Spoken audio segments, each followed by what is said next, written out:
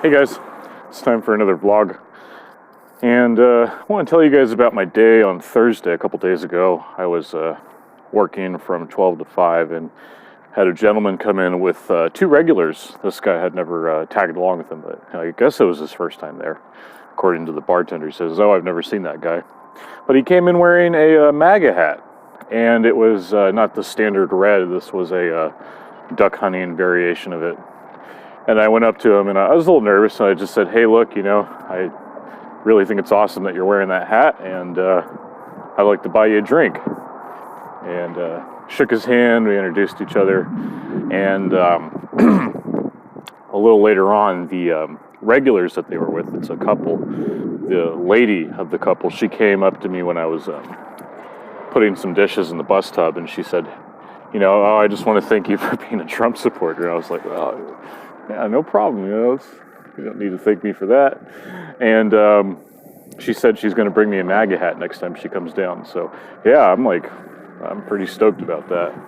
And I have to say that the reactions from my coworkers were fairly positive. I mean, you'd be surprised. Here in Santa Cruz, people have their own views. I think most people lean towards Bernie, Yang, Tulsi. They're not neoliberals by any means. They really, don't like Hillary Clinton or Kamala Harris or Cory Booker, Pete Buttigieg. You name it. I mean, these are all normies in their eyes. So they're lefty Pepes in some ways, which is kind of cool. And I regularly tell people I support Trump, and they don't throw bottles of piss and shit at me like Antifa does. So my theory is about Santa Cruz is that we live in a bubble within a bubble, because they always talk about the California bubble being a liberal bubble. It's not all of California, it's just closer to the cities, like San Francisco, Los Angeles, Oakland, Sacramento. Those four cities definitely. Santa Cruz is a bubble within a bubble. So we're within that San Francisco bubble. But we also have a lot of libertarians, and there's just a lot of political diversity. There's a lot of Republicans, there's a lot of Democrats, there's a lot of independents. It's a very nice mixture. So whenever I tell people I'm a Trump supporter, of course they don't like him, but it's like not a big deal. They're like, "Oh my God, you're a horrible person." They never say that. I've never gotten that. I have gotten a couple, I do have a story to tell you guys another day, but I had a pretty adverse reaction from somebody. He basically said "Oh, I'll tell you guys later," but he said, "Oh, you like Trump because of your ethnicity," and then he ended up slapping me. But I'll get more into detail about about that story another day. But I thought it was really cool. I really thought that it was nice to have a man come into our restaurant with the courage to wear that hat. I told him, I just said, "I think it's really awesome that you're wearing that hat, because you see the news, you see people getting attacked in public for wearing the hat. It's a simple hat, folks. What did the hat ever do to you? What did the person wearing the hat ever do to you to make you want to cause physical harm to them?" It's ridiculous, and not everybody is like that.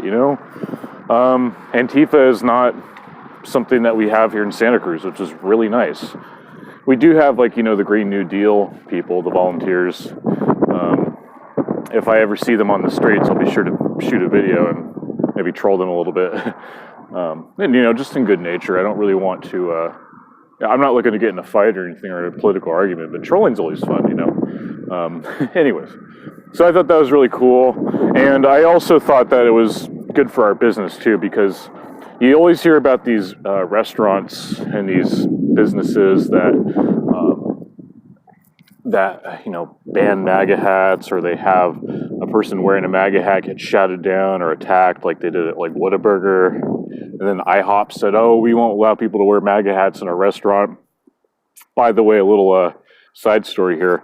Martin Burdell and his wife, Brenda, they gave IHOP some hell. And I guess what happened was that Brenda called IHOP and said, "Look, I'm part of I'm a representative of this blog that represents that's subscribed by over 60,000 people. And, we just want to tell you that, like, we're not going to eat there anymore because you guys are clearly intolerant of people that just want to express their political views and beliefs. And it's awesome. I mean, that's great. I mean, we got to keep boycotting these businesses that, are anti-liberty, anti-freedom, the ones that want to get rid of guns, that, like Dick's Sporting Goods. The ones that want to have, like, the transgender bathrooms like Target. I haven't stepped into Target ever since I heard that. That's just ridiculous. Excuse me. So yeah, I mean, I just thought it was really good for, going back to the main story, I thought it was really good for business because you just don't want to have that type of publicity where you have, this restaurant in Santa Cruz, they refused service to a man wearing a MAGA hat, because that shit's going to get around and people are going to hear that and they're going to get pretty off-put by that and turned off by it rather. And like, what better way to kind of mend that bridge than to say, hey, look, like, I appreciate you wearing a MAGA hat and I want to buy you a drink, that's awesome. And I'm really looking forward to the folks coming back because they said they have a MAGA hat for me. So I'm like, oh, awesome. Yeah. And they're like asking me, like, you're going to wear it, right? I'm like, yeah, but not here at work. Because we're not allowed to wear hats. I don't want to be an instigator. But people know where I stand, and that's fine. And look, I'm one of the hardest working people in at my workplace. So, and I've always attributed my hard work ethic, to my parents, because my parents, my folks, they work between them probably 100 hours a week. And I work close up to 50 hours a week, anywhere from 40 to 50 hours a week. It's good money, good tips. But I always said, like, look, I've always been inspired by Donald Trump. I think he's a guy who gets things done.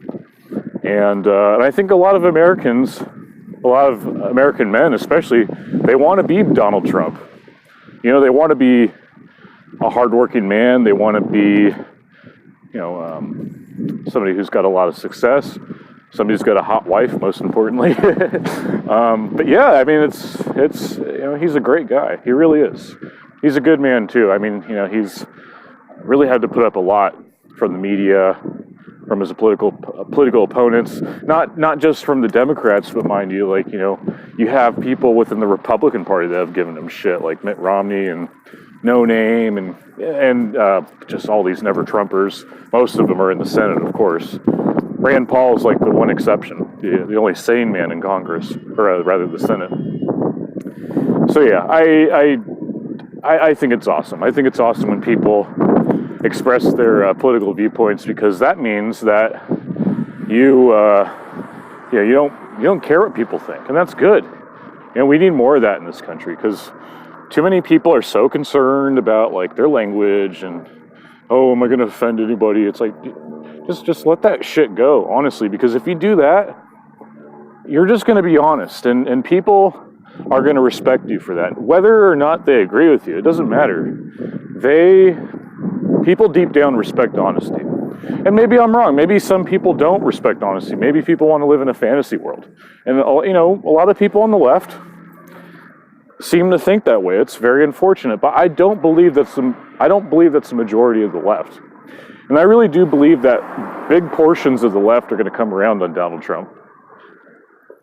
Simply because they're going to look at their paycheck and they're going to say, oh shit, I got a little bit more money this year in my tax return and my paycheck. They're going to say, that's great.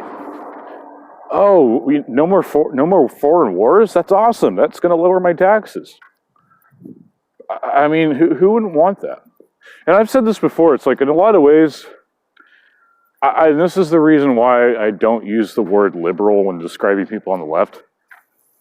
And people are free to do that. I think it's just shorthand or whatever. It's nomenclature, or I'm skipping on the word, but basically, it's like a word that you use just for reference only. It doesn't really mean liberals, but it's just like, oh, those guys on the left. I just call them lefties. But Trump himself, if you've looked at his rhetoric over the years and you look at his policies now, he is a liberal. And most of the people that support him are liberals. You know, it's kind of funny, like all these conservatives, they want to conserve their traditions, but they're also very liberal when it comes to people with differences. Because we all, you know, I think we all want to conserve the American dream, but we're also liberal-minded when it comes to allowing more people to experience the American dream. And I think that's pretty beautiful, honestly. And you know, Trump is in a lot of ways, he's taken the best qualities of the Democratic Party and he's brought them over to the Republican Party. Then that pisses the Democrats off because they're like, well, wait a second, this guy was a Democrat for a long time. And it's like, well, what do we do? And so, of course, their option is to go farther to the left. You know, basically, we're beyond being liberal. We're beyond being Democrat now. We're going to go and just be communists, outright communists and fascists.